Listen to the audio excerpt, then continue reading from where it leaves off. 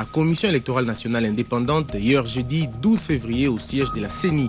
Le vote du président de la République aura lieu le 27 novembre 2016 selon ce calendrier.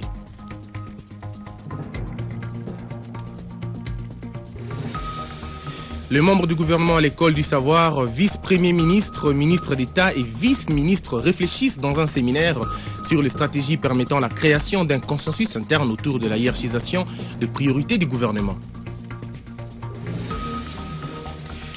Journée internationale de lutte contre l'utilisation des enfants soldats. En RDC, plus de 4000 enfants ont été sortis des groupes armés et pris en charge par l'UNICEF et ses partenaires en 2014.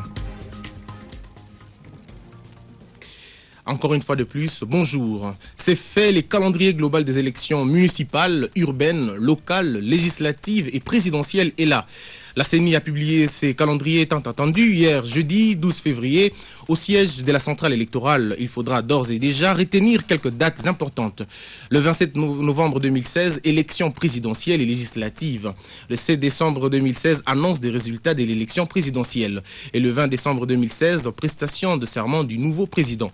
Pour plus de précisions, je vous propose de suivre le rapporteur de la CENI, Jean-Pierre Kalamba, dans cet extrait choisi par Martin Moudimbi Kapenga.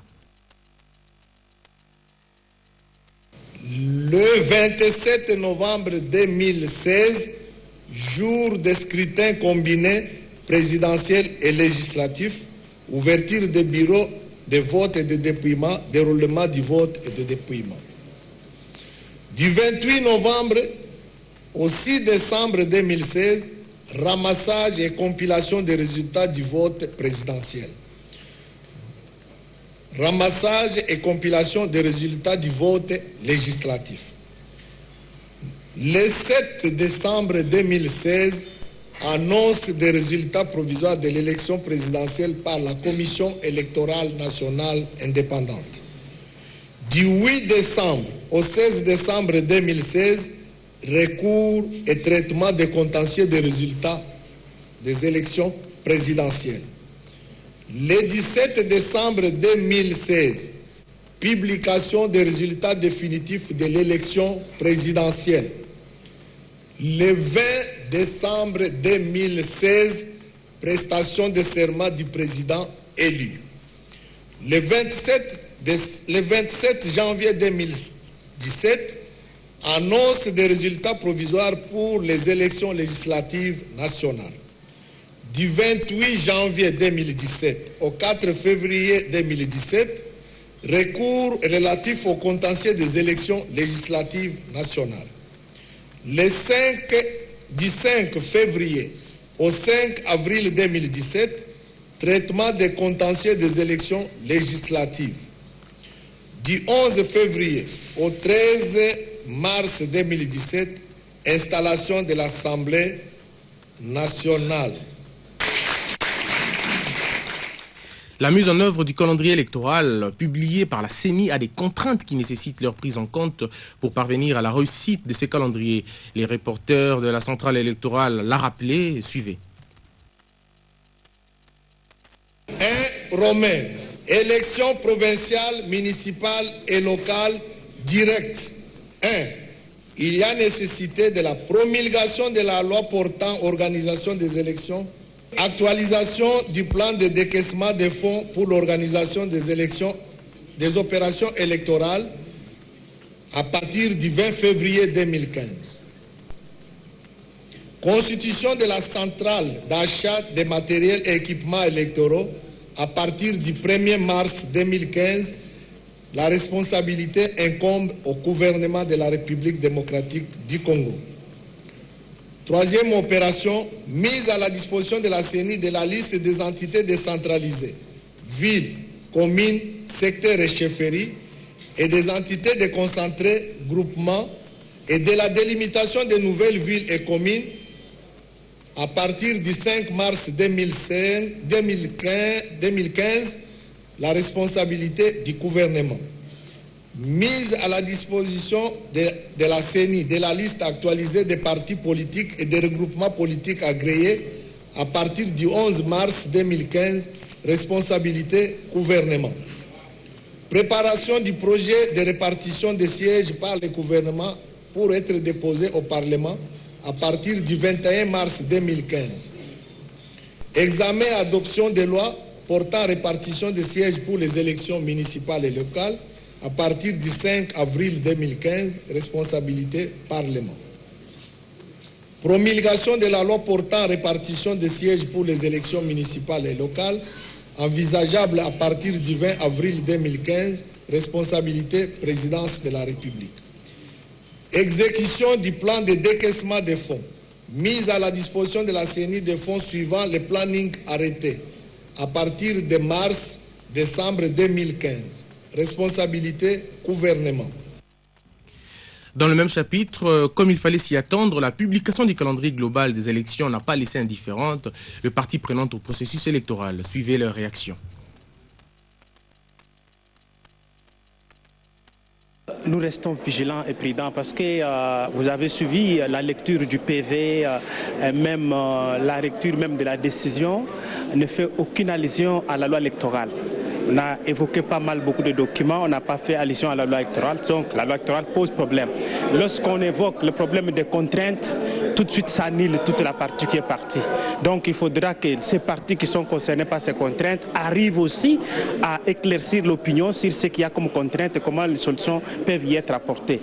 Donc c'est pourquoi nous disons nous restons extrêmement vigilants et prudents parce que le calendrier tel qu'il est présenté est assorti de contraintes. Si ces contraintes n'ont pas de solution, donc tout est nul. La CENI a ses responsabilités. Elle vient de mettre un calendrier qu'il faut tout simplement suivre. Je crois qu'elle a montré toutes les étapes. Mais du moins, elle a planifié, je crois, jusqu'au 20 décembre 2016. Ce qui reste, ce sont les responsabilités des uns et des autres. Je crois qu'il y a non seulement la communauté internationale, la communauté nationale en ce qui concerne le Parlement, le gouvernement national, provincial, la CENI en elle-même. Nous osons tout simplement espérer que les efforts conjugués de toutes ces institutions vont permettre qu'ils puissent réaliser son calendrier. Mais comme qui dirait, les Congo restent Congo. Quoi qu'il en soit, le dialogue doit préoccuper l'ensemble des institutions et du peuple congolais. C'est tout ce qu'on attendait et c'est arrivé. Et je pense maintenant il faut se mettre au travail. Pour la société civile, vous savez que par rapport, vous savez, à l'éducation électorale, c'est la société civile qui travaille plus. Et voici les moments pour qu'elle travaille encore davantage pour préparer les électeurs. Les acteurs politiques ont réclamé le calendrier global. Nous, on est d'accord. La CENI, c'est une institution technique. Elle vient de faire son travail, elle a publié le calendrier électoral. Maintenant, il faudra faire suivre les moyens. Parce que pour organiser les élections, il ne faudra pas simplement avoir le calendrier, mais aussi il faut avoir de l'argent et avoir le temps suffisant pour organiser ces élections en bonne et due forme. Alors, nous invitons les uns les autres à être beaucoup plus responsables et de s'assumer. Parce que cela va de l'intérêt de toute la nation congolaise. Nous n'aimerions pas que demain, que la population puisse connaître un problème quoi que ce soit à cause de tout ce qui vient de se passer. C'est un calendrier global et c'est ça que la population attendait. Nous sommes satisfaits, mais il nous revient maintenant, nous les partis politiques, nous avons maintenant un fardeau sur les épaules parce qu'il nous revient de sensibiliser la population, d'appeler massivement la population à voter, mais aussi d'affûter nos armes pour préparer les jeunes, les femmes, les hommes comme candidats. Eh bien, en l'espace de 2 ans, vous avez vu toutes ces élections municipales, provinciales, législatives et présidentielles. Ça, c'est une première. Il y a énormément de défis que le gouvernement devra affronter avec les partis politiques, avec la société civile.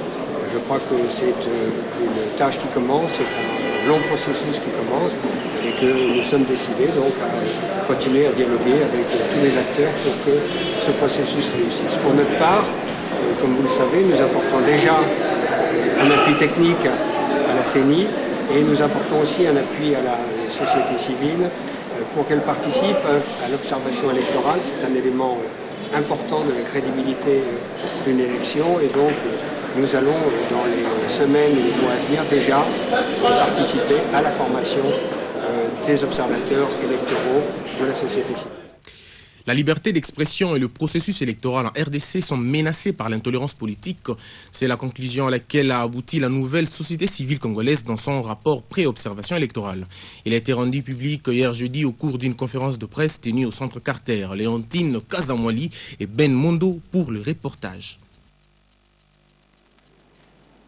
À travers ce rapport, la nouvelle société civile congolaise présente l'évaluation du processus électoral en 11 axes essentiels, parmi lesquels l'administration électorale, l'évaluation du calendrier électoral, la controverse autour du cadre légal, les élections, l'analyse technique de la feuille de route, la question du genre et la participation des femmes.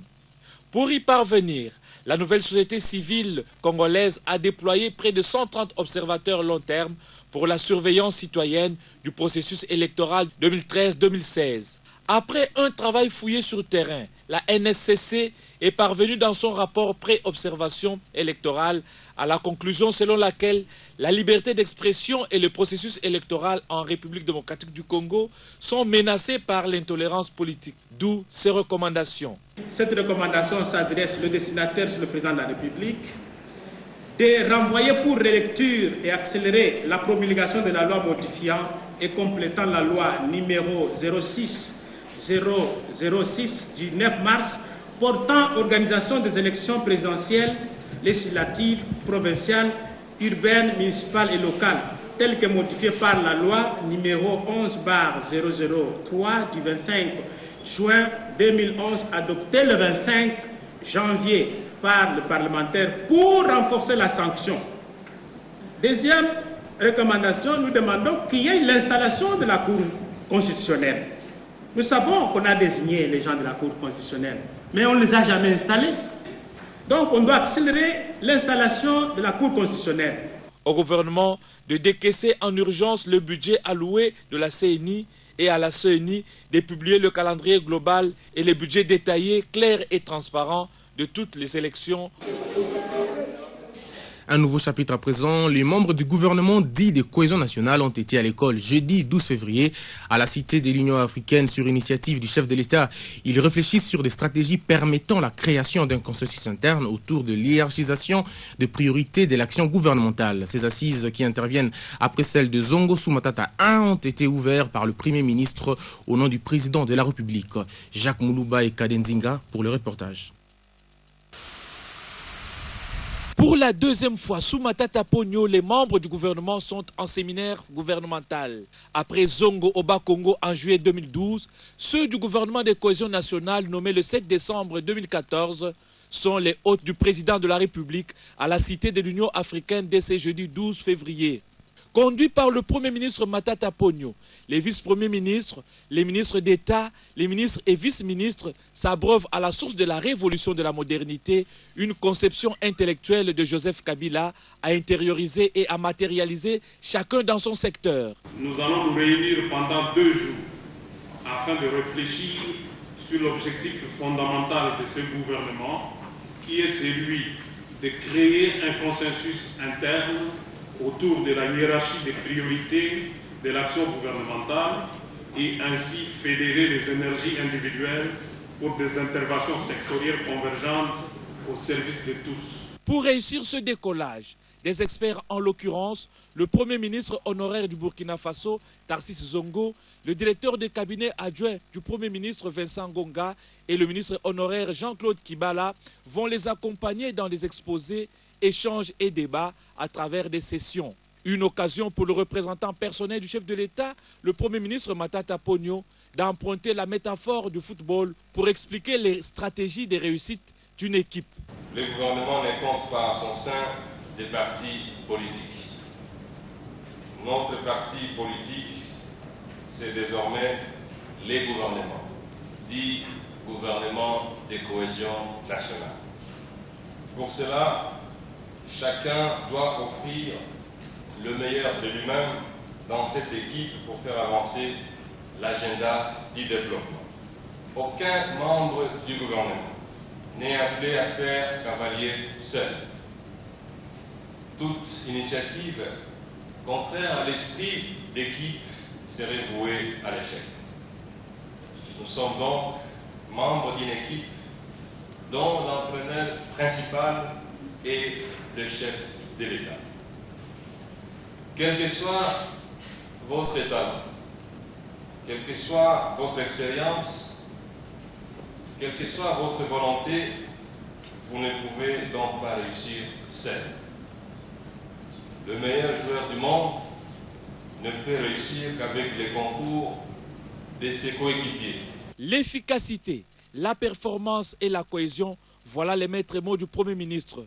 Nous devons porter ensemble certaines valeurs cardinales, dont le travail acharné, la discipline, la rigueur, la ponctualité, les dévouements, l'esprit de collaboration, les dons de soi ou encore le respect des engagements. Il faut mouiller le maillot car selon lui, le progrès c'est 1% d'inspiration et 99% de transpiration.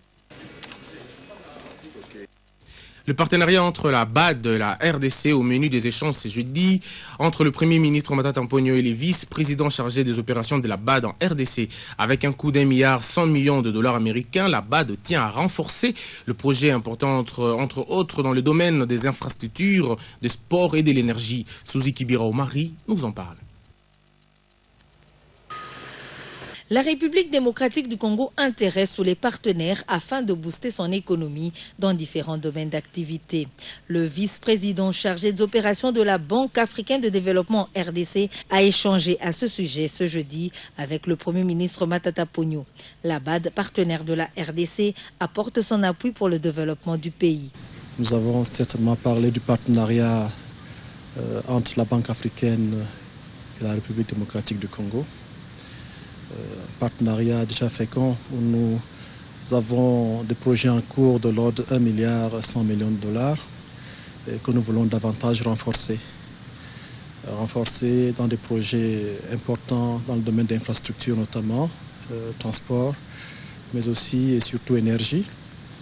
Et donc nous avons parlé de ce projet important pour la RDC, mais aussi pour toute l'Afrique, le projet du barrage d'Inga. Où la Banque africaine, qui est déjà aux côtés de la RDC, n'est-ce pas, compte continuer à être à ses côtés pour que les premiers mégawatts de ce projet important puissent voir jour dans les meilleurs délais. Donc il s'agit donc de ce point de discussion que nous avons eu avec le Premier ministre et notamment nous avons aussi parlé de notre visite sur le terrain. Donc, nous partons donc dès à présent à Inga pour voir de très près, n'est-ce pas, l'envergure de ce projet. La Banque africaine de développement compte également jouer le rôle de catalyseur pour motiver les autres bailleurs à emboîter les pas. L'administrateur du territoire de Sankanya dans le Katanga a sensibilisé les entités sur la décentralisation, question de renforcer l'autorité de l'État dans ces différentes entités. Les détails avec notre correspondant à Kasumbalesa, Jean-Claude Mukenga. Ces autorités du territoire de Sakanya sont appelées à comprendre la pertinence du découpage territorial. Cet appel a été lancé le mercredi par l'administrateur du territoire de Sakanya à l'issue d'une réunion administrative tenue au bureau de la cité de Kasumbalesa. Selon ce dernier, cette décentralisation conformément à la constitution qui stipule 26 nouvelles provinces sur l'ensemble du territoire national permet aux gouvernants d'être proches de gouverner. Il ajoute par ailleurs qu'il s'agit également d'une politique du gouvernement central de renforcer l'autorité de l'État à travers la RDC. Plus de 40 dirigeants de différentes entités de ces territoires ont pris part à cette rencontre. Ils souhaitent qu'il soit effectif ce découpage pour la prospérité du peuple congolais. Retenez qu'aucune interview n'a été accordée à la presse locale. Quant au service de l'État œuvrant au sein des hôtels, notamment services de l'industrie, énergie, culture et art, environnement, hygiène publique et autres, l'administrateur exige du titre immobilier de Kasumbalesa l'octroi d'un terrain pour marquer la révolution de la modernité au niveau local. Kasumbalesa, Jean-Claude Mukenga Kalombo, RTGA. Le monde entier a célébré le 12 février la journée internationale de la lutte contre l'utilisation des enfants soldats. Occasion pour l'UNICEF de faire le bilan des résultats atteints à RDC dans le domaine de la démobilisation, de la prise en charge et de la réintégration de ces enfants. En 2014, plus de 4000 d'entre eux ont été sortis des groupes armés et pris en charge par l'UNICEF et ses partenaires. Vicky Moukeba nous en parle. Selon l'UNICEF, depuis 2002, plus de 50 000 enfants sortis des forces des groupes armés ont été assistés par cette agence des Nations Unies et ses partenaires. Le chiffre représente 80% des enfants du Nord et Sud Kivu et 12% de la province orientale. Malgré cela, le manque des ressources financières menace la réintégration durable de ces enfants. Pour remédier à cette situation, l'UNICEF appelle le gouvernement congolais et les partenaires financiers à investir les moyens nécessaires pour garantir une réintégration durable de tous les enfants sortis des forces et groupes armés. En attendant, quelques efforts sont fournis par l'UNICEF et ses partenaires pour la mise en œuvre des programmes de soutien aux enfants qui sont parvenus à sortir des groupes armés. Ensemble, ils assurent la vérification des enfants et leur prise en charge dans les centres de transit et d'orientation ou dans les familles d'accueil transitoires avec des activités récréatives et psychosociales. L'UNICEF participe aussi à la recherche familiale ainsi qu'à la réinsertion des enfants dans la société via des programmes de rattrapage scolaire ou de formation professionnelle. Notons qu'en 2012, la République démocratique du Congo a fait signer un plan d'action de lutte contre le recrutement et l'utilisation des enfants contre les autres violations graves des droits de l'enfant par les forces armées et les services de sécurité. Au moment où les conflits armés se poursuivent dans l'est de la République démocratique du Congo, il est important de mettre en place des mesures d'assistance à ces nombreux enfants qui continuent de sortir des groupes et forces armées. En province, 692 millions de dollars américains, c'est le coût du plan d'action humanitaire 2015 en RDC. Ce plan d'action a été lancé hier, jeudi, à Matadi, dans le Bas-Congo. Le gouvernement provincial a disponibilisé 140 millions de francs congolais pour faire face aux problèmes humanitaires. Cette année, Pierre Vikantimba, notre correspondant, nous en fait le point. Le plan d'action humanitaire 2015 avec un budget global de 692 millions de dollars américains, c'est la réponse aux besoins humanitaires découlant des 4 types de crises considérées comme les plus graves pour la population civile en République démocratique du Congo, à savoir les violences et conflits armés, les crises nutritionnelles ainsi que les épidémies et les catastrophes naturelles. Ce plan qui couvre les populations ciblées des 11 provinces du territoire national a été officiellement lancé jeudi 12 février à Matadi pour l'ensemble de la province du Bas-Congo. Le ministre provincial intérim des Affaires sociales a, à cette occasion, reconnu l'évolution progressive de la province vers la stabilité sociopolitique qui, du reste, se caractérise par un profil humanitaire fait en priorité d'expulsion des compatriotes des pays voisins, des catastrophes naturelles et des épidémies de choléra et de la rougeole. 140 millions de francs congolais, c'est le montant qui a été disponibilisé par le gouvernement provincial en termes d'aide aux victimes des crises humanitaires survenues en 2014. Pour le nouveau plan d'action humanitaire, le Bas-Congo, par la bouche du ministre intérim des Affaires sociales, plaide pour une assistance effective des victimes. Ceci comparativement à l'année passée où certaines situations étaient oubliées dans la répartition des enveloppes d'intervention humanitaire. Matadi, Pierre Vikansimba Basilwa, RTGA. En province toujours, 5 zones de santé de Tanganyika dans le Katanga viennent de bénéficier d'un lot important de matériel roulant et informatique. La cérémonie a eu lieu hier jeudi à Kalimi, au nord du Katanga. Ces précisions avec notre correspondant Mandela Longa. C'est dans le but de lutter contre la prévalence du VIH-Sida dans les zones post-conflit et difficiles d'accès du Tanganyika que l'ONG nationale Saint-Rue, en partenariat avec le ministère de la Santé, vient de remettre un lot important de matériel roulant et informatique à 5 zones de santé du district sanitaire du Tanganyika. Les bénéficiaires de cette remise sont les zones de santé de Nyemba, Manono, Moba, Kongolo et Nyunzu. Ces 5 zones de santé sur le 11 que compte le Tanganyika ont été choisies en fonction de leur poids démographique et du budget. Docteur Léonard Maolé, coordonnateur de terrain Saint-Rue Kalemi. C'est en fonction des moyens qui sont disponibles. Ça, c'est la première chose. La deuxième chose, il y a la cartographie du risque et même la vulnérabilité. C'est-à-dire il y a des zones de santé qui sont prioritaires, il y a des zones de santé qui sont moins prioritaire. Cette remise, qui s'inscrit dans le cadre du projet PEPFAR de l'USAID, n'est qu'une partie de l'appui des 6 structures sanitaires par zone de santé à travers l'appui de la prévention du VIH-Sida sur la transmission de la mère à l'enfant. Pour le manager du programme, Dr Vanki Chiombo, venu de Kinshasa, ces matériels, dont ordinateurs, bicyclettes, motos et intrants, vont faciliter la mobilité des agents dans la sensibilisation des femmes enceintes à connaître leur statut sérologique par le dépistage volontaire. Actuellement, la gestion de l'information, elle est informatique. On ne peut pas travailler dans une zone de santé si on ne sait pas gérer les informations et donc les collecter et les gérer quelque part. C'est ainsi qu'on a rendu aujourd'hui des ordinateurs aux zones de santé. Mais au-delà de ça, il est prévu aussi qu'on donne les vélos. Et nous avons remis les vélos aujourd'hui. Par zone de santé, on en a remis 5. En fait, c'est pour permettre à ce que la sensibilisation puisse se faire facilement dans la communauté. Pour un coût financier évalué à $1 million américains durant 5 ans, Saint-Rue interviendra dans le renforcement des capacités des agents des structures de santé, la formation des membres de la communauté, la dotation des structures de santé en équipement et en appui financier. Depuis Kalemi, Mandela Longan-Tutula, RTGA. Terminons avec le sport. 2 léopards se distinguent en figurant dans les 11 types de la compétition continentale. Il s'agit des Robert Kidiaba Mouteba, gardien de but, et le milieu offensif Yannick Bolazi. Une preuve de plus qui démontre combien nos fauves ont abattu un excellent travail en Guinée équatoriale. Patrick Isso pour le reportage. La Confédération africaine de football a rendu public à fin son 11 types de la CAN 2015. Pour tous ceux qui ont suivi cette compétition, il n'y a pas de surprise. Les 2 meilleurs gardiens sont respectivement Sylvain Gboo de la Côte d'Ivoire et Robert Kidiaba du tout-puissant Mazembe en République démocratique du Congo. Dans la ligne défensive, l'on retrouve Serge Aurier de la Côte d'Ivoire qui joue au Paris Saint-Germain. Harrison Afoul du Ghana, Habib Kolo Touré ivoirien de Liverpool. Au milieu de terrain, 6 joueurs de talent se côtoient.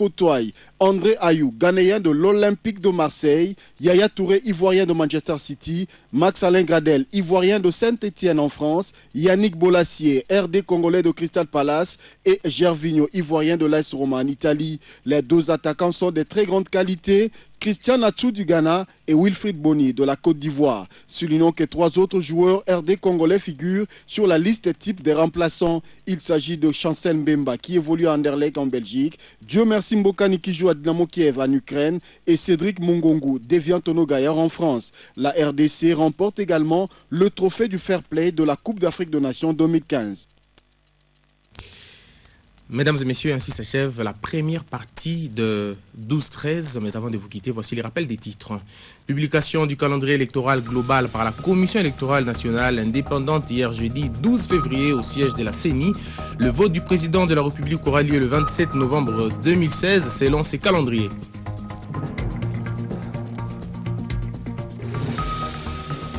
Les membres du gouvernement à l'école du savoir, vice-premier ministre, ministre d'État et vice-ministre réfléchissent dans un séminaire sur les stratégies permettant la création d'un consensus interne autour de la hiérarchisation de priorités du gouvernement.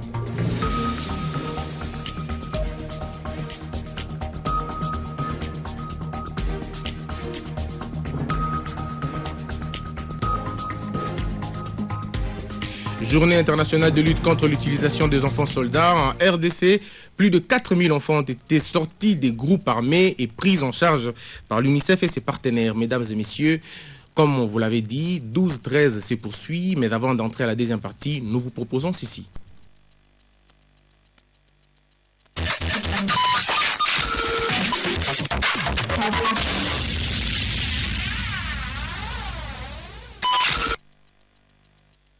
Très loin d'ici, au nord de l'océan Atlantique, s'étend la terre de Kerigold. Cette petite île, constamment arrosée d'une pluie pure et légère, réunit les conditions idéales pour obtenir les meilleurs pâturages. Ces bons pâturages font un lait délicieux, le lait Kerigold, qui est produit par les éleveurs irlandais depuis des générations. La prochaine fois que vous goûterez au délicieux lait Kerigold, vous saurez que c'est une marque en laquelle vous pouvez avoir confiance. Kerigold, les délicieux goûts d'Irlande.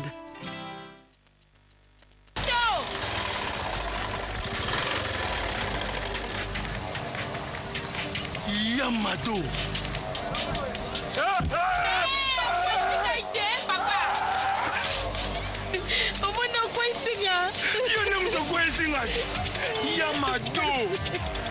na bamoto ba chinois eumelaka te. nayoki bilo ezali likambo ya chinois te ezali nde likambo ya kalite. Sont pas moto Kawasaki. Première qualité, il y a pas moto. Master, Kawasaki.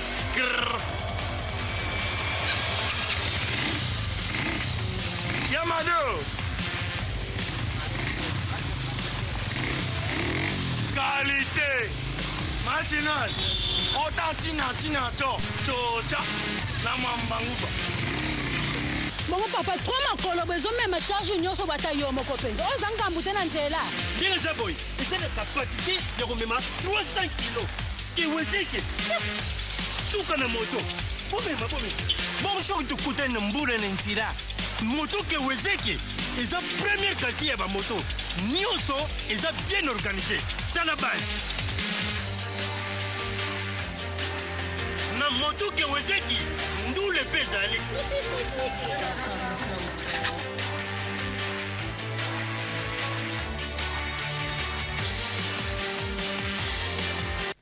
Maman, j'ai faim. Je vais t'aider. Ah, attends, non? Mes élèves, retenez-le bien. La RDC, notre pays, a 11. Maman, je vais t'aider. Maman, viens, on va jouer. Ah, laisse-moi. Maman, Kasaï occidental. Mais non! Pourquoi tu n'as âge au moins la zoti calibré l'été? Mais l'essai poto fortin, c'est bon pour tout le monde. Bas sportif après entraînement, bas malade, même bas diabétique, c'est sans cholestérol. Et c'est très facile na bolamba. Tant que les résultats. Zwana Nzungu. Chana Sani. Amonoko. Elenge. Mama. Kubula. Mama. Kubula. Poto. Zwana Nzungu. Chana Sani. Flocon d'avoine fortin, c'est bon pour tout le monde. Zala Abou.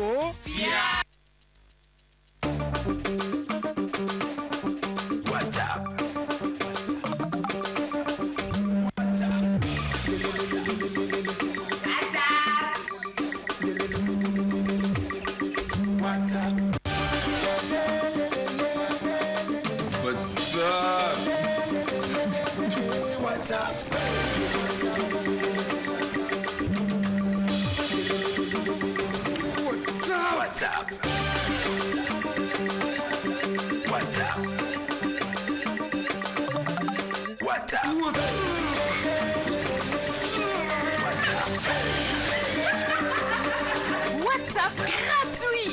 Achète la nouvelle SIM WhatsApp de RTL et profite tout de suite d'un accès gratuit et illimité à WhatsApp. Dépêche-toi car les SIM sont en stock limité. WhatsApp. Congo mon pays, RTL mon réseau.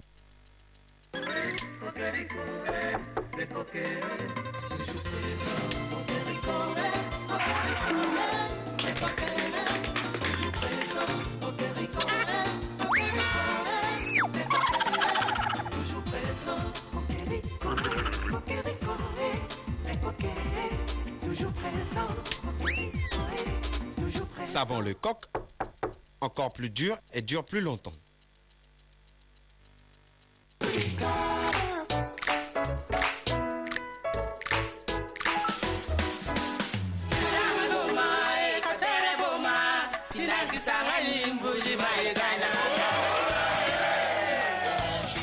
Jusqu'au 14 février 2015, participez gratuitement à la grande tombola Orange Bilengi en tapant étoile 4000 dièse. Gagnez chaque jour 90 000 francs congolais. Chaque semaine, 450 000 francs congolais. Chaque mois, 9 millions de francs congolais.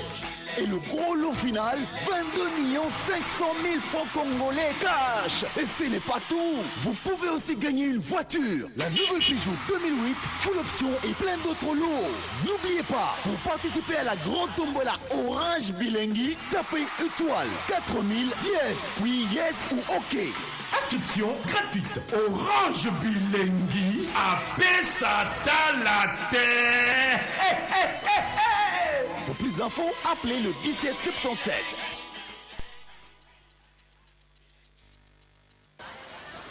Mais bon, on peut quitter. Papa, tonton, monsieur, toe. What is the toe? 听不懂，他说什么意思？我听不懂。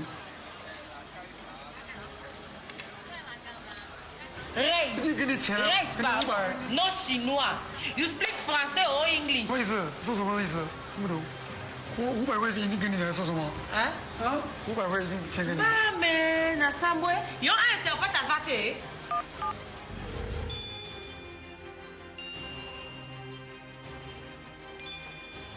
Allô? Allô?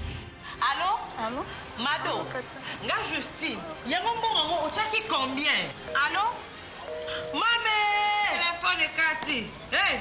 Tous les jours, Eurobank vous apporte des solutions pour vous simplifier la vie. Avec la China Card UnionPay, faites vos achats en Chine sans inquiétude. Avec un tarif défiant toute concurrence. Demandez votre carte dans votre agence la plus proche avant d'embarquer pour la Chine.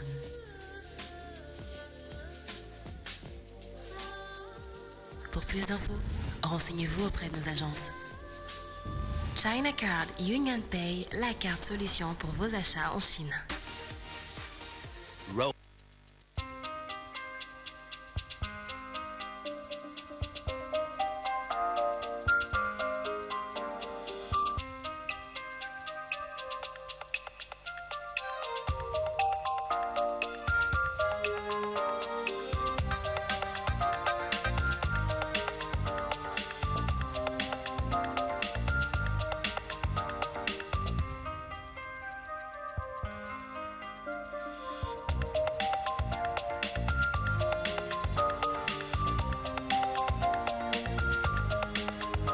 Nice. VIP. Magnetic Perfumes. Bactigel présente Expert Nakin.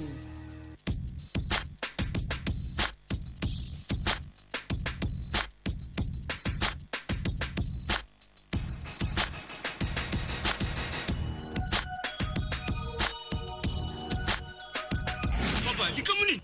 Omonte kama boku na bino tendo na microbe. Kitu sango. Pigo po fongole monoko ba. Papa. Ningo sala nini? Ninga lesa ta kirdan. Ozali suna besoin ba biloko yote. Siko tozana Bactigel. Premier gel antimicrobien. Pona rosokola maboko. Wana besoin maïté, savon té, ezoboma microbe nyonso. Na letanga ya pamba. Microbe nyonso epalangani. La Bactigel. Microbe palangani. Bactigel, l'hygiène pratique de main pressée. Existe aussi en grand format de 650 ml. Angel. Bactigel présente Expert Nakin.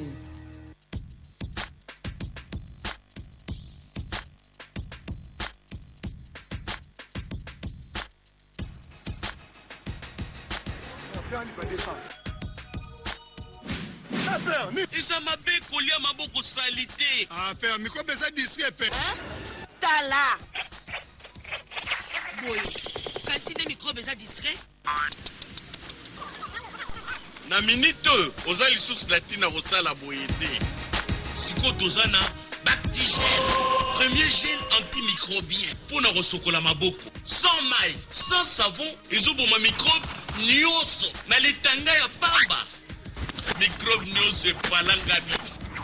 Na Bactigel, microbe epalangani. Bactigel, l'hygiène pratique de main pressée. Existe aussi en grand format de 650 ml. Angel.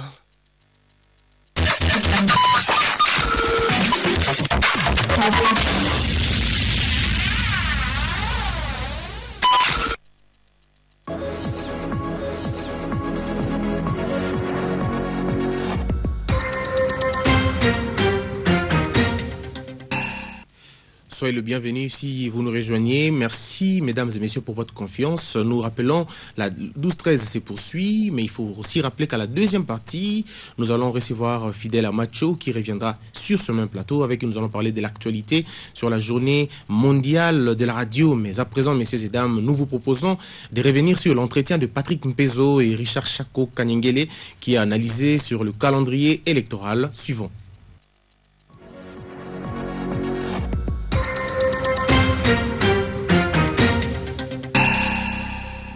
Dites-nous d'abord, quelle ambiance a régné aujourd'hui au siège de la CENI quand on a publié ces calendriers que les gens ont attendu depuis longtemps? Oui, effectivement, je viens de là. C'est donc une journée historique pour la CENI. Vous savez que des voix se sont levées pour réclamer que la CENI publie le calendrier global électoral, bien sûr, pour le cycle électoral 2014-2016, que ce soit tant sur le plan national que sur le plan international. Et alors la CENI a pris date aujourd'hui avec la communauté internationale en publiant ce fameux calendrier électoral global. Vraiment la salle que Ngouemoulound avait baptisée à l'époque, salle du 28 novembre, parce qu'il y avait les élections le 28 novembre, était plein comme un œuf aujourd'hui. Que toutes les institutions étaient tout à fait, les corps constitués, les ambassadeurs, les membres de la plénière de la CENI, les observateurs, société civile, partis politiques. Donc c'était donc, comme je l'ai dit, une journée historique qui les invités ont répondu présents pour assister, bien que l'événement ait été retransmis en direct à la télévision nationale congolaise. Mais ceux-là qui sont venus ont voulu voir des visites ce que la CENI va donc donner comme calendrier global électoral. Alors, est-ce que cette publication n'a pas été faite après que la CENI ait subi beaucoup de pression interne et externe? Non, pas du tout, parce que la CENI, vous savez que la CENI au mois de mai de l'année passée a publié un calendrier électoral partiel. Ce calendrier concernait les élections locales, municipales, urbaines, point barre. Et quant aux élections provinciales, sénatoriales, de gouverneurs, l'élection de présidentielle législative, la CENI attendait des préalables parce qu'il y avait dans la feuille de route que la CENI avait donc présenté à ses partenaires, la société civile, partis politiques, tous les acteurs impliqués dans les élections, il y avait deux préalables, deux hypothèses plutôt. Il y a une hypothèse qui, si au niveau du Parlement, l'élection des députés provinciaux était au suffrage universel indirect, donc le calendrier sera conditionnel. On ira jusqu'en 2016, il n'y aura pas glissement, c'est ce que la classe politique appelle. Mais si l'élection, la deuxième hypothèse, c'était si l'élection des députés provinciaux était au suffrage universel direct, parce que c'est qu'on connaît toujours, c'est la population allait voter les députés provinciaux, donc il y aura glissement dans le cycle électoral, on ira jusqu'en 2017. C'est quand même fait que la CENI a été critiquée par d'autres formations politiques, la société civile. On a dit à la CENI qu'il voulait s'arroger un droit qui ne lui appartenait pas, c'est-à-dire chercher à modifier la Constitution, parce que la Constitution dit que l'élection des députés provinciaux, c'est pas au suffrage universel direct. Mais pour la CENI, dans l'une des hypothèses, c'était au suffrage universel indirect. Donc voilà, il n'y avait pas de pression, mais la CENI attendait les feux verts du Parlement pour se prononcer sur les préalables ou dans les hypothèses. Et il y avait un autre préalable, c'était la loi électorale, qui n'était pas encore votée. Voilà donc les deux préalables qui ont fait que la CENI ne pouvait pas publier un calendrier électoral global. Même la communauté internationale, vous avez suivi tous ces diplomates qui sont passés au bureau de la CENI pour les audiences, ont toujours réclamé le calendrier électoral global.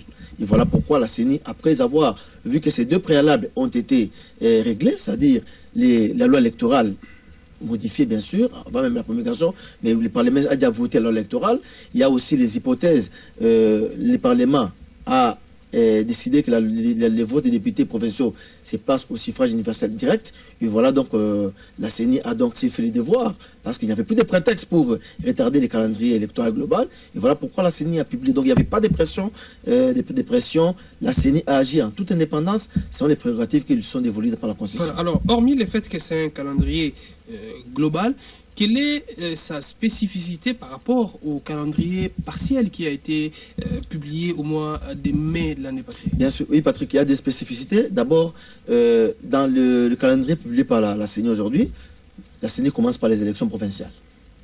Les élections provinciales, le jour des votes, c'est le 25 octobre, c'est les votes des députés provinciaux, des conseillers communaux, des conseillers des secteurs et des chefferies.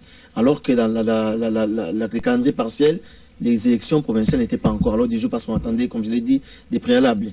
L'autre spécificité, c'est que la CENI a réparti les élections qui vont se dérouler au suffrage universel direct et indirect. Les élections au suffrage, par exemple, indirect, c'est les sénatoriales, l'élection des gouverneurs, l'élection urbaine, parce qu'une fois, là, par exemple, nous allons à l'élection des députés provinciaux, nous aurons un nouveau Sénat, parce que ce sont les députés provinciaux qui vont élire. Vous savez que le Sénat s'est attaqué, plutôt attiré la foudre de la classe politique pour dire que non, c'est un Sénat qui a vieilli, qui est hors délai. Maintenant, avec les calendriers qui est publié, nous aurons des élections sénatoriales. Il y a aussi les élections de gouverneurs aussi. On vieillit évidemment, ce n'est pas de leur volonté, parce que la CENI n'avait pas encore organisé. La CENI attendait les lois qui n'étaient pas encore dispo, et même les budgets. Et voilà donc parmi les spécificités que je peux dire que nous commençons par les provinciales. Les provinciales vont accoucher les élections sénatoriales. Sénatoriales, on aura des gouverneurs. Et après, maintenant, jusqu'en 2016, c'est-à-dire au 20 décembre 2016, ce sera le jour de la prestation des serments du nouveau président élu. Vous savez que le chef de l'État en place a prêté serment le 20 décembre 2011. Donc, pour respecter la Constitution, le nouveau chef de l'État qui sera élu au terme des élections qui sera organisé si je m'abuse, le 27 novembre 2016. Donc, ce chef de l'État va aussi prêter serment, il sera investi donc le 20 décembre 2016. Donc voilà, donc c'est un calendrier qui respecte les délais constitutionnels. C'est-à-dire qu'il n'y aura pas de glissement comme on l'a dit, mais c'est un travail humain. Et ce qu'il reste à faire, c'est que toutes les parties prenantes au processus électoral puissent se mettre au travail pour aider la CENI à respecter ces calendriers. Sinon, il y aura toujours glissement comme les classes politiques. Voilà, Richard, on va terminer par là. Avec toutes les contraintes qu'il y a politiques, financières, est-ce que ce calendrier est réaliste? J'ai l'impression que les dates sont serrées. Hein? Justement, il y a déjà des réactions. Vous avez suivi des réactions, notamment la société civile qui dit que une partie de la société civile qui dit qu'elle demeure vigilante par rapport à ces calendriers-là. C'est vrai, c'est un travail d'homme. On a publié les calendriers, mais reste à mettre les moyens. Et même dans les contraintes auxquelles vous avez fait allusion ici, on a parlé des responsabilités des gouvernements. Les gouvernements doivent mettre les moyens, mobiliser les ressources. Évidemment, dans le budget qui a été promulgué, il y a une partie par rapport à l'organisation des élections. Il y a aussi la communauté internationale qui doit mettre la main en poche. Vous savez que la communauté internationale même dit que pour mettre la main en poche, il faut qu'il y ait un calendrier global électoral. Et voilà les calendriers là. Maintenant, ils doivent respecter leurs engagements, mettre la main en poche. Il y a le gouvernement aussi qui doit mettre à la disposition de la CENI la liste des partis politiques actualisés. Il y a la liste des entités territoriales déjà qui seront mises en place. Donc voilà, il y a autant de responsabilités qui est comme... Et la société civile, de vulgariser les différentes lois, mobiliser la population pour le faire participer aux élections. Donc chacun, la CENI a joué sa partition, comme l'a dit les rapporteurs, le vice-président André Pongwe. La CENI a joué sa partition, quitte aux autres de lui emboîter les pas pour que la conjugaison de tous ces efforts-là, que les cycles électoraux soient respectés. C'est-à-dire nous avons commencé plutôt en 2014 et que ce soit en 2016, nous terminons les cycles. Et tous les arriérés électoraux, il y en aura.